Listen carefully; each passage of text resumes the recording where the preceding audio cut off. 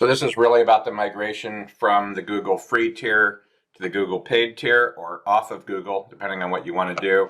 What we're talking about is the thing known as Google Workspace, which is really Google Identity Services, potentially your own custom domain here called foo.com, and the Gmail services for that domain, and then the Google services that are available for that. Really, if you think about it, is what you're buying is a set of identity services, which is the username and authentication and all that for yourselves, Joe at foo.com. And then you're getting a bunch of Google services that know how to be bound to those identity services.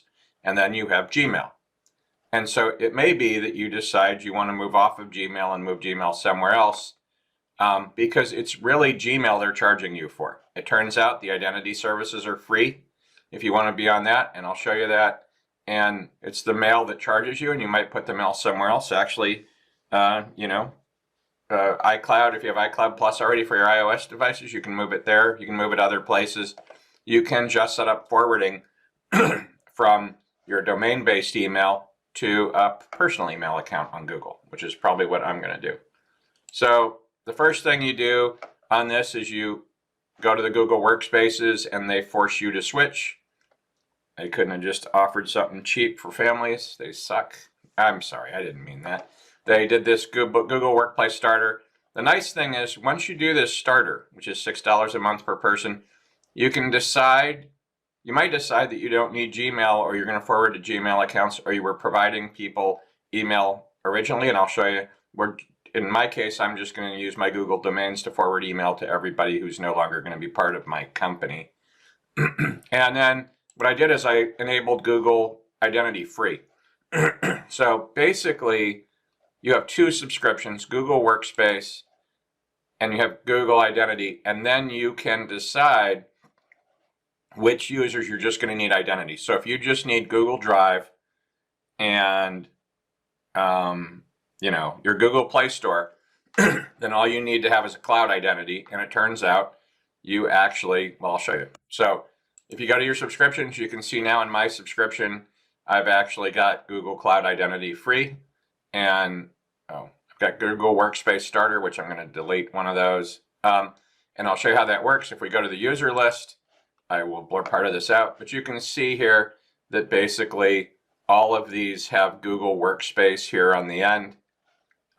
And what I can do actually is I can highlight this test ID, and I can say remove licenses here. So you can see here we actually have two licenses, the Google Identity free and Google Workspace. This one can't be selected because everybody that's got a Google account in your domain has a Google Identity, which is free if you don't do the paid one. So I am going to drop the Workspace Business Starter on this account.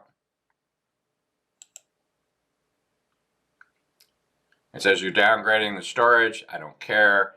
And there's some other features. Don't care. So in this case, because it's test account, I'm just going to show you.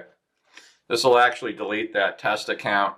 I'm sorry. What it'll do is you can see here that the Google Workspace Business is no longer, Business Starter is there. So this is a Google Identity only account now. So if we were to go do a new incognito window and go to Drive, and we go to Drive and we log in as test2@freemansoft.com. That's because I misspelled it wrong.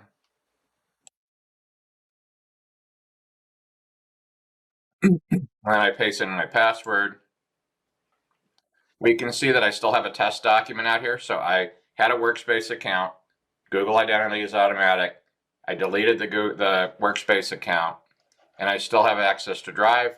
And it turns out, if we were to go to play.google.com, I actually still have my books, my digital purchase here for this account. So I'm going to keep this test account around as a freebie. So that's it. I have a test account with Google Identity. I could use it for like my Android TV. Matter of fact, I probably will do that. And like I said, you can see I still have Drive here if I were to reload this, anyway, it's still here.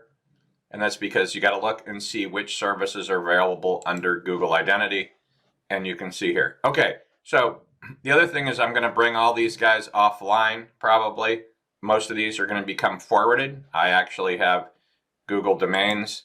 And so you can set up email forwarding. You can forward from, like in my case, my Freemansoft domain to my kids' private, so that they won't lose any email that was intended for Freemansoft, and then I can convert them to Google identities and their email will be forwarded. You can have as many forward, I actually have Google domains for this, so I did this forwarding outside, moved all my forwarding outside of Gmail and into the domains. And this feature is also only enabled once you upgrade from the free plan. And if we go down the bottom here, you can see I set up a bunch of these, right? And then another forwarding for my kids. It turns out I had a bunch of aliases for my kids, and those are all going to go to their accounts. And you can see that you need a verification email. If I set up forwarding and they approve it, then it will automatically forward all the email from then on. And then I will figure out a way to migrate their email accounts and then turn them into Google Identity only, and they'll have Google Identity. And that's it. I hope that's useful. Have a great day.